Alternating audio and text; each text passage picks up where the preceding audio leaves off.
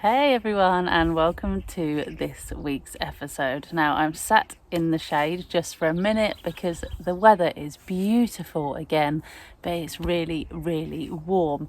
Now I've come up to the plot. It is about 5:15. I've just finished work, so I just want to get a couple of little jobs done this evening before I head home. So I thought now would be the ideal opportunity to film a little video for you all.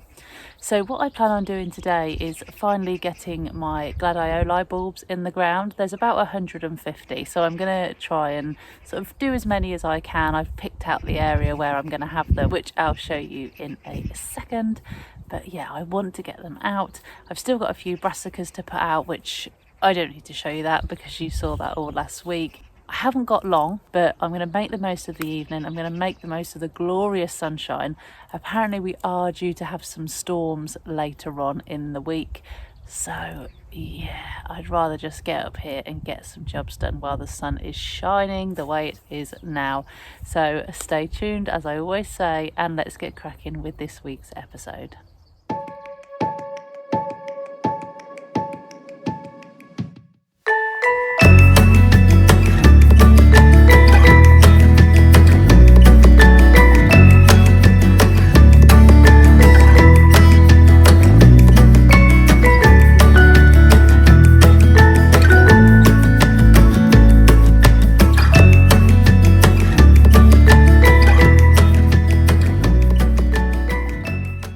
So I hope you are all having a really good week, and I hope the sunshine is as good where you are as it is here in Norfolk. It is beautiful. It is absolutely gorgeous. Though I probably think that you are experiencing the same as I am, that with the beautiful weather after all the rain comes massive growth. So as I said in last week's episode, the grass has been a nightmare. As you can see behind me, it isn't too bad. It's mowable now.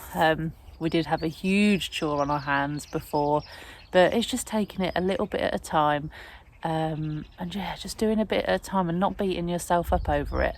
If you are someone that's taken on, if you are someone that's taken on a new plot recently and you're feeling really overwhelmed, please don't worry. I've not been up to the allotment as much as I would like this spring, for reasons I shall go into in another episode.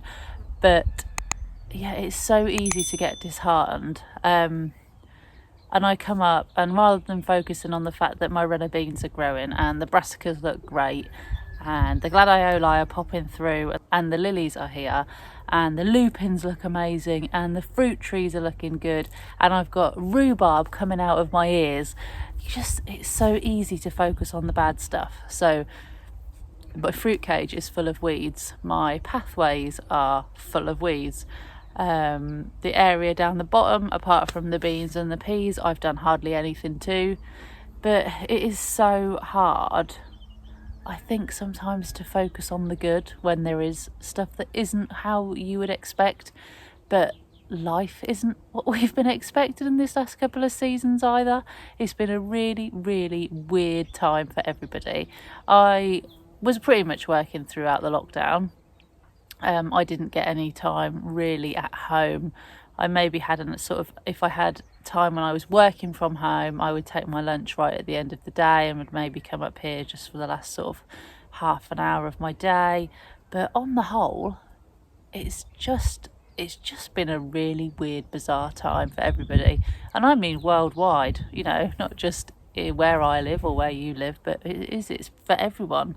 And I think you just have to, cut ourselves some slack sometimes and just realise that, we can pick it up again. We just need to, get on with it. So that's the plan. I am feeling quite positive, even though the allotment doesn't look great. I think I'll be weeding all year.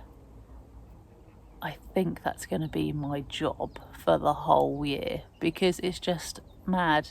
It's absolutely mad. But think positive. I'm lucky to have this space where I can sit and be undisturbed and basically just sit and plant and sow to my heart's content. So really shouldn't moan. Well, unless the committee get cross because I haven't done enough weeding, but I doubt that's going to happen. Anyway, I have been yammering on for far too long, as I often do. When I get a thought in my head, I just trail off somewhere else. But today, I am going to get my gladioli planted. That's my main job for today. And guess what?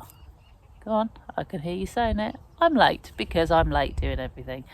It's funny because my broad beans, I put them in really late too, and I could see that other plots, there were people's broad beans that were like 2.5 feet, and mine were about this big.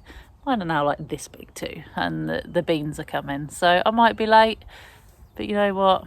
I'm still going to get my broad beans. It just means I'm going to get them a bit later than everybody else.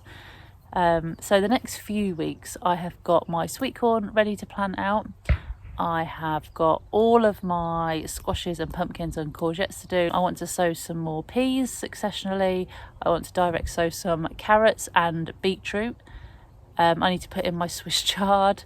My salad onions need to go in. There's just tons. And I need to weed everywhere on the plot as well. So there is an absolute ton to do.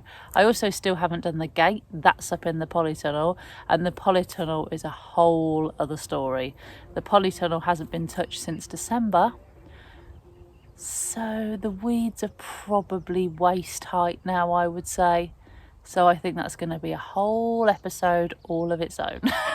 Just trying to get that sorted. But the chilies and the peppers are still in the conservatory. They are doing really well. They're not in any rush to move out. They're in quite big pots. They're just quite happy doing their thing. The tomatoes, on the other hand, need to go out. They are ready to go out. So maybe I'll try and push to get that episode done so I can get them planted. But my only other concern is you do not want to be coming up here on a weekend when the weather's nearly 30 degrees at midday in the polytunnel. It is unbearable, especially if you're doing heavy stuff like ripping, waist height weeds out by hand.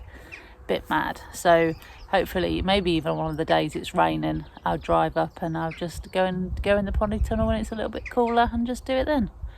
We will see. Birds are singing away. But anyway, I feel like I've just talked at you. I always do that. When I get off on a thought, I'm just like, whew, gone. I know I said that a minute ago, but I do. I just go off on a tangent. If anyone was walking by, I'd think I was a bit weird. Luckily they haven't, so that's all right. But let's go down to where I'm going to put my gladioli bulbs and let's start digging them in. So this patch that I'm actually sitting on is where I'm going to plant my gladioli. Now, as you can see, as I promised you, there are weeds all around me. These are my garlic this side, though they have got some weeds muddled in. So I do need to give them a weed as well, just like everywhere else. So I'll start picking now, so I need to leave it. But this is the area where I'm sitting right now, which is where my gladioli bulbs are going to go. So what I'm going to do is I'm going to do a long, thick strip of bulbs. So the plan is that when they all pop up in not very long, hopefully, there'll be enough for me to pick and take home a load, as well as making the allotment look absolutely gorgeous without stripping it bare of gladioli. So I know we've had this conversation before, but I have got a mix of 50 giant gladioli, all different colours. I've then got 10 which I picked, again the giant ones, which I picked in pastel pink and pastel purple. I've then got more pastel colours, though these ones aren't giant ones, but you get 20 in a pack of these. So they're again pastel pinks, purples and whites. And last but not least, I went for the dark blue and white. So there's going to be a lot of white with a fair bit of colour mixed in. So what I'm going to do now is start digging the area where the gladioli are going to go, and then I'm going to cram in as many bulbs as I can, pretty much like what I did in the springtime with my daffs and my tulips and my alliums.